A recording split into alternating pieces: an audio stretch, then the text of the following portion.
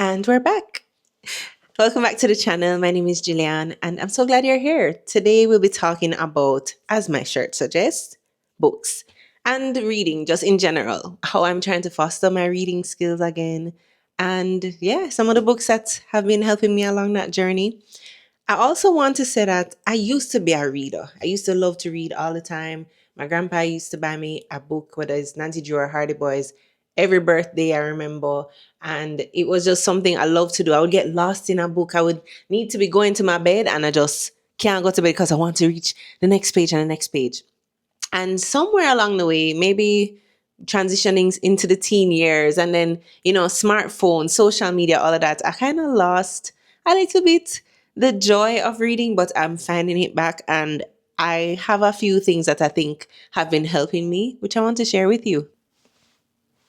All these books. So there are a few things along the way that have been helping me as I, go on my reading journey and just make this a part of my hopefully daily or weekly routine.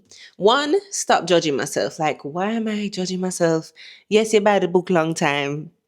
Yes, it's a take up space on your dresser or your wherever and dust upon it, but it's not running away.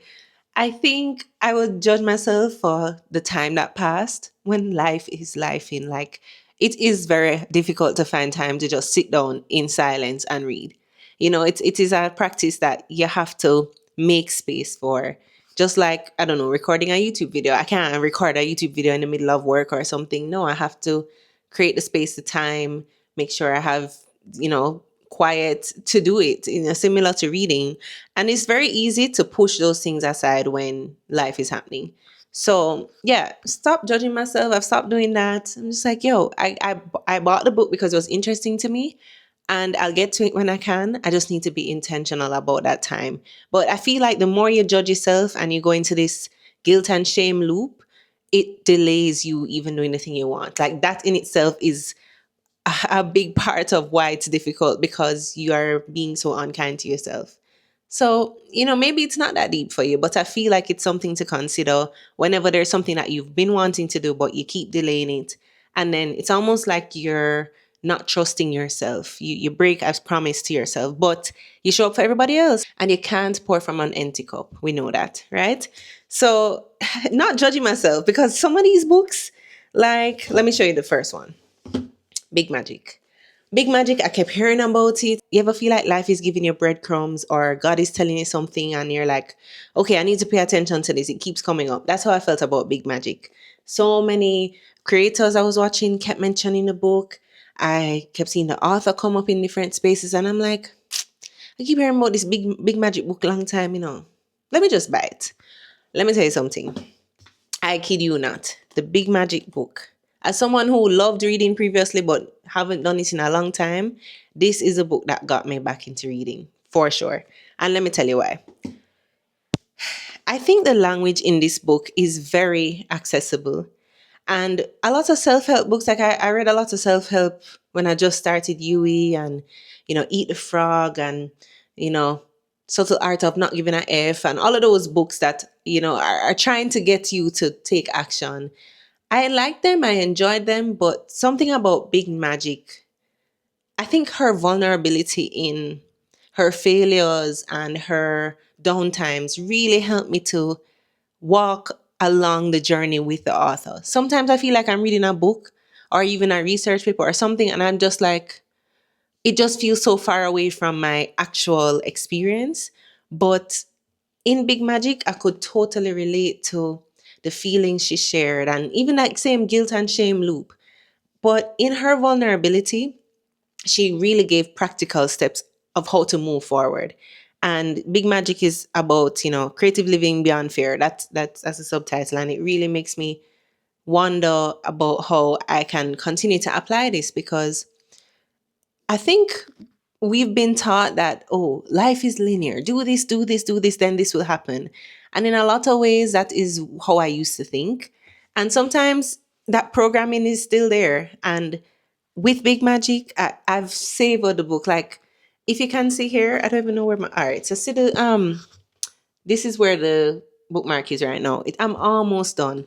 But in a way, I don't even want to finish it because each chapter, which is short enough and to the point enough, succinct enough for me to absorb a piece, as absorb one of the mini stories and then put it down and actually think about it, reflect on it, and apply it to my life. And I think those are some of the best pieces to read, because everybody can read something and then it just kind of falls flat. You don't even remember what you read. How many times have you, I don't know, read an email which you're like, what did it say again? Me know say something there, they send me an email. But I feel like this book, I want to keep it with me. I feel like I can see myself 20, 30, 40 years from now with this book, and it's tattered and have all sorts of writings all over it. And I've seen creators and different people talk about how they reread it. And I'm like, yeah, this is definitely a book I feel like I could read again and again. I've read parts of it to friends and family. I just love this book. And I kid you not, when I just got the book, I think I read 115 or 120 pages in the first night. That's unheard of in how, busy and sometimes disinterested I am in reading this book. It was like I was like she was talking to me. And I think this is great. I'm not done yet. I'm almost there, but as I said, I'm savoring it, and it has been really pivotal in my life. I definitely recommend this one. Next tip and next book. I start treating books like shows. And I got this recommendation from a lot of YouTubers and TikTokers who are like, this is how they get into reading. And if they don't like a book, just like if you don't like a show, you start watching a show and it's like, it's too gory, it's kind of boring, I don't know. You don't suffer through it. Like, that's okay. And maybe there's somebody who you can loan the book to, give the book to, who would more appreciate what is saying or how it is being said. And so, yeah, I feel like I treat books like a show or a documentary or something like that. And if I like it, I'll keep reading. If not, then, I'll put it to the side. And I don't feel bad about it anymore. I used to feel like, Jano, what a waste. And, oh, you're not a good reader because you didn't finish. Nah, like that's not true. And sometimes, especially with something like reading, that you really want it to be a hobby, you want it to be enjoyable. It shouldn't be a hard task that you're forcing yourself to do. If you treat yourself and talk to yourself like that, then your mind is learning that, oh yeah, I need to be perfect at this thing, and if I'm not perfect at it, then I'm not doing it right, and then you just create a barrier or a block. So we have to just be a bit more open with what the experience is and why you're even reading it in the first place. Which leads me to this book. This is The Ivory Key. When I saw this book, it was actually on TikTok. I'm not gonna tell you no lie. They tell you don't judge a book by its cover. I judged this book by its cover. I saw a girl on TikTok. She hold it up. It might have even been an ad, and I'm like, that book cutie. Like, I'm kind of ashamed to say that, but actually no. The aesthetics of the book grabbed me. I was like, huh? The Ivory Key. Ivory Key is one of those more, so Big Magic is definitely more, non-fiction, self-help. I feel like I wouldn't even want to put it in the self-help category, because it's way more than the you can do it, just do it, da, da, da, da, get over your childhood trauma. Like, that book, I feel, is way more practical and easily applied than a lot of self-help books I've read. So it's self-help, but I think she's definitely one of the best to package these kinds of messages. But Ivory Key, on the other hand, this is fiction, fiction, fiction. This is a whimsical story about a far off land where you have, uh, you know, royal family. And this royal family, I believe they've taken like Indian inspiration from, that culture. And it highlights a lot of themes: family dynamics. It highlights, what it means to go off on your own, exploration. It also highlights political issues and the different sides of what happens when a decision is made that affects, a whole group of people, a whole society or population. So, yeah, I'm really enjoying this. This one, I haven't gotten to the halfway market, which is fine. I treat this one like a show. So when I think about Ivory Key, it's like, oh yeah, like when you want to watch, like I loved the show Witcher. it give me Witcher vibes. Like this is just a made up land, a made up space, and I want to escape into that space. That's when I read Ivory. Next up, we have Pioneers. This one, ooh, okay. Let me wind it back and tell you how I even found out about this book. So I was listening to this podcast called Immigrantly. And for those who don't know, I live in the US. I'm originally from Jamaica and I came here to study. I studied for my master's in technology commercialization. And in that program, you get a mix of tech from a corporate standpoint and understanding why big businesses make the decisions they make, and understanding financial modeling and all of those things, and taking a patent of technology all the way from the concept to the market. But also we learned a lot about entrepreneurship and startup culture and why it's important to actually bring ideas forward and how to do it as not necessarily a lone wolf, but when you have the idea and what it would take to bring it forward. So with that being said, I, as an immigrant, I'm always looking for people who have my unique perspective as similar as it can be. Because you can get advice from different places, but if the persons you're getting advice from do not live the life that you are trying to live or have not had similar experiences, it will be skewed by their lack of knowledge or ignorance. And that's not shade or anything, but it's just the reality of what it means when we have different experiences and how that colors the way we approach things and the advice we give. So with that being said, I was looking for immigrant podcast. I was, just trying to hear from other people who may be on a similar journey, and I found that podcast. And there's an episode with Neri Sillaman. I think I'm pronouncing it right. Neri Sillaman. She came on the podcast to talk about her journey as an immigrant entrepreneur and to talk about her book. And I was really interested. I was like, this book seems so cool. So it's Pioneers, 8 Principles of Business Longevity from Immigrant Entrepreneurs. And I was like, oh my gosh, all these intersections, like this is exactly the information I'm looking for. Like honestly, I feel like if this book wasn't written, maybe I would have written it. Like even look at the colors. These don't look like Jamaica colors, little bits. But anyway, this book made me really excited because when you go on the immigrant journey, there's so many roadblocks and you question like, am I making the right decision? I mean, if you've watched my series on moving from the US, moving from Jamaica to the US, you will hear some of those concerns that come up and real life roadblocks that happen when you're going on the journey. But there's a time when you're on the journey, like I've been in the US for 3 years, and you're like, okay, is it paying off? Like, did I get everything I set out for? And did I just leave my job at home to get another job in the US, or was there more? And so, with all of those thoughts, you then need to find people who have done it or are doing it or trying to do it so that you can actually see it. I talk a lot about possibility models. The first time I heard that term mentioned was by Kia on the Getting Grown podcast, Dr. Kia. And I really love when I can find possibility models. I may not know them personally, but the books like this one capture their stories and capture a lot of what is not seen in the general traditional media. And that's one of the things I like about this book. She's not giving you the fluff. Like she spoke about the fact that, of course, when you start to look up, okay, how to be an entrepreneur, you often see a certain set of people as entrepreneurs and you're hearing about a certain set of companies.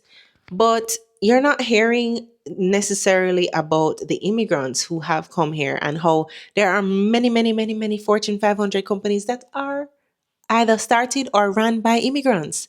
Like we are here. We are creating really awesome ventures and revenue streams.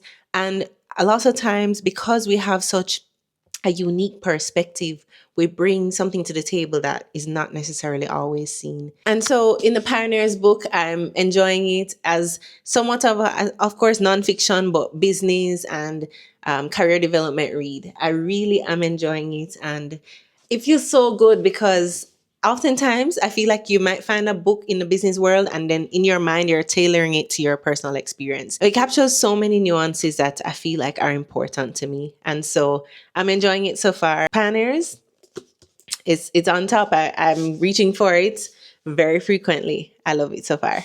And last but not least, this little one. It's so cute. It's called the Vanishing Cherry Blossom Bookshop. I got this like literally a week ago. It was on the Barnes and Noble special when you go to the cafe and they have a book for the month. I think that's for $5 if you buy something at the cafe. And I was like, oh, what a cute little book. Pink. Pink is one of my favorite colors, if not my favorite, but it's definitely up there. And that's why it caught my eye. Again, the cover caught my eye. It have this little shifting thing on it. Yeah, and this book, it's so crazy how, when I say sometimes a book finds you, and I really believe that because this book, it was just by chance. I didn't hear about it before. I think the cherry blossom season just ended, and of course, you're seeing that a lot on social media. Again, sometimes it feels like you're getting breadcrumbs. I even got a gift the other day from a family member who just so happened to choose cherry blossoms as a part of the theme for the gift, and I'm like, why this cherry blossom thing follow me? I love it though. I love it. Like I've always wanted to go to Japan and see the cherry blossoms and. But anyway, I saw this book and I was like, okay. So I'm reading the back and pretty much it's talking about a bookshop. It's fictional. And in this bookshop, people who come in are all going through their journeys just like us. And the book that they're holding represents something around their journey. And so I'm like, okay, sounds like one of those books where I could escape and it's whimsical and whatever, similar to the Ivory Key. And I pick up the book. I'm like, you know what? I'm going to get it. Listen to me, people. Listen to me. Because one of the lines, I think this was the part that caught me. It said, with the antique charm of the bookshop and the soothing aroma of freshly brewed coffee, Sakura and Kabako help their guests confront lingering sadness through the power of stories, enabling them to move forward with renewed hope. Now, it's no secret that, I lost my dad and I've been on a grief journey. I lost my dad December 2023 and it's 2026. And that's almost 3 years this year, which doesn't even feel real, honestly. Because if you've lost a loved one, it feels like time is passing, time is passing because there are markers. You know that, okay, Christmas gone, New Year's, Easter, you know that there are times, there are birthday passes, things like that. And but it still don't feel real, and if you're grieving and you know the feeling, you can let me know if this resonates with you. But I pick up this book. I see the talk about renewal and hope. I'm not necessarily thinking that it is about a specific grief journey. Not to spoil it, but one of the first characters in the book is going through a very similar grief journey. And I'm like, what? How this really feels like they're writing about my life. And you say, okay, it's just a coincidence. But once again, the breadcrumbs and the stories, whether it's written or verbal or through people, they find you. And so, yeah, I'm really enjoying this one. I read it in my downtime when, I feel like I have the space to get in touch with my emotions. It's not every time I pick this one up, honestly. In the last few days, I'm like, okay, am I in the space to read this one? I'm not sure. And I try, and if it's not too heavy, but I can say they did a good job so far. By the way, this is a translated book from Japan. They did a good job of balancing the heavy themes with that escapism vibe. Like, as much as I'm reading something heavy, it may jump back to the bookshop where you can imagine the cherry blossoms falling and the actual smell of the coffee. And, that I think that experience when reading, especially, how different it is from watching a video or something or watching a show where your mind is allowed to create the scene out of nowhere. Like, I think that's a really powerful tool, and especially when thinking about how we protect our mind in the advent of technology. This is something that comes up a lot. Like, how are you tapping into your other senses? How are you allowing your mind to be away from screens and be away from the general processes that you're working through, but more so tapping into the creative side and knowing that you can do it. It can be enjoyable. You don't have to carry shame around it. You don't have to be perfect at it, but it's there for you. And I keep saying this. I don't even know where I first heard it. Maybe it was an original thought. I don't know. But the idea that there are so many books and people keep writing I just use that to motivate me all the time. Like, keep writing, keep doing it, keep showing up. And that brings me back to Big Magic. Like, that is a theme that comes out of it because your story matters. And however you want to put your story out, I know this is about reading, but I have to bring it back. However you want to put your story out, you do it. It matters. And somehow, like some of these books, you might connect with someone halfway across the world. You don't know. Thank you so much for tuning in to this video. I hope it encourages you to pick up a book without shame, without feeling like you need to figure it out and read it all in one night and it's some competition or something like that. It's not. You are engaging with different forms of media. You are engaging with what you like. You are learning things and you're on a journey. So I want to encourage you and I hope that you pick up a book. If you have a book you're reading right now, let me know in the comments. And of course, I'll see you next time. Good vibes.